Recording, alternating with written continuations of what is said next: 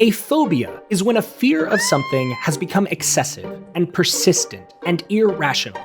Some examples: arachnophobia, the fear of spiders; acrophobia, the fear of heights; trypophobia, the fear of irregular patterns of holes. Now, be careful, if you image search this one, you seriously might develop it. But here, we're talking about a persistent and irrational fear that is all too common and creates a very real danger for many Americans. Transphobia, the fear of people who are transgender, or might be transgender, or whose gender expression is unexpected.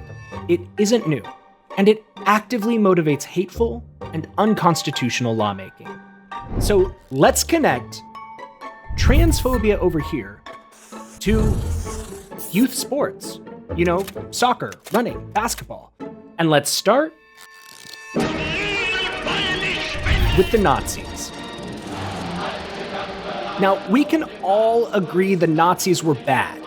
So if the Nazis targeted trans people, we should most likely not follow their example, right? In 1919, the first clinic to serve transgender people on a regular basis opened in Berlin, the Institute of Sexology. But a little over a decade later, the Nazis came to power in Germany and they destroyed the institute, sent the administrator to a concentration camp, and used the institute's records to hunt down LGBTQ people and send them to death camps. And during this same time, the Nazis wanted recognition on the world stage. So in 1936, the Nazis actually hosted the Summer Olympics in Berlin. After an 18-year-old American runner named Helen Stevens beat the world record holder in the 100-meter dash, winning the gold medal, a Polish newspaper claimed Helen Stevens was a man, calling into question the fairness of the race. In response, the Nazis set the precedent of gender verification by forcing Stevens to submit to physical examination and announcing that Stevens had passed a sex check. Again, the Nazis were bad. We'll all agree to not follow their precedent, right? Except, after the Nazis were gone, the Cold War was in full swing, and sports became one of the avenues for nations to promote their ideologies. So everyone is extra competitive and extra distrusting. More of these accusations of men competing as women arise in the 50s and 60s, leading to the Olympics mandating lab-based gender testing for female athletes in 1968.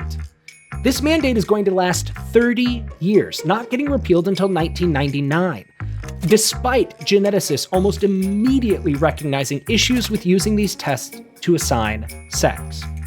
Namely, they were unreliable, and the effects of being disqualified by a screening were devastating to the lives of many female athletes. So now let's jump to the 2000s. New millennia, same old phobias. Despite in 2011 repealing Don't Ask, Don't Tell, which banned gay men, lesbians, and bisexuals from serving in the military, the Obama administration didn't allow trans people to openly serve until 2016.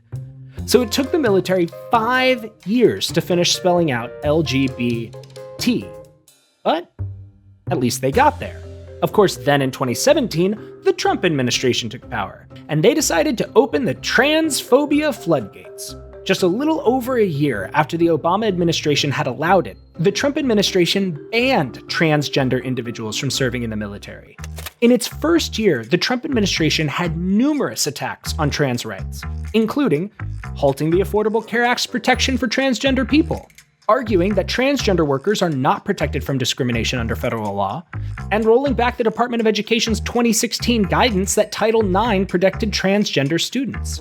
Title IX protects people from discrimination based on sex in education programs or activities that receive federal financial assistance. So the guidance basically said that transgender students are not protected from discrimination. The use of their appropriate pronouns is not protected, and they don't get to use the bathrooms or locker rooms of their choice.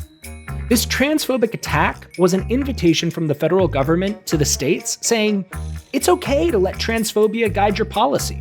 And so, they did.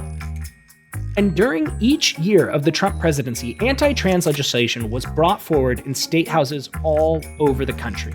Bills that negatively affected parenting, employment, housing, our basic freedoms and equality. Trump left poorly, and the Biden administration quickly issued executive orders to reverse the Trump administration's attacks on trans youth. Shortly after, the Department of Justice followed those orders by issuing guidance supporting what courts have been saying for decades. Transgender students are protected from discrimination under Title IX. But while the Biden administration is reversing the harm done to trans rights by the Trump administration, the states are continuing their attacks. For example, in the current 2021 legislative session, more than 31 states have introduced bills that would ban transgender girls from competing on girls' sports teams. And there it is. We just hit the other end of our connection. Youth sports. Now, despite trans women already competing worldwide at all levels of sports, and their involvement not showing any unfair advantage, transphobia has led states to try to bar young trans people from enjoying the benefits of sports, health and wellness, the chance to be part of a team, and the opportunity to challenge themselves. These benefits to a young person's mental and physical health are what states are trying to deny young trans people. So, the Nazis held sporting events where they thought it was appropriate to sex check participants who excelled. And now, our leaders are arguing that for the sake of fairness in youth sports, we should do the same. When, instead, we should promote fairness and equality by letting everyone play sports according to the gender that they are. Let's suggest a new connection. Reason and compassion connected to the protections for trans youth that we create next. Our nation is experiencing a crisis. The volume of anti-trans bills in the states is extreme, and it's not limited to youth sports. Many of the bills make access to critical healthcare illegal. On the next episode of Let's Connect, we're going to share actions you can take right now to combat transphobic legislation. Be sure to connect with us by subscribing to our channel, and we'll fight against this cruelty together.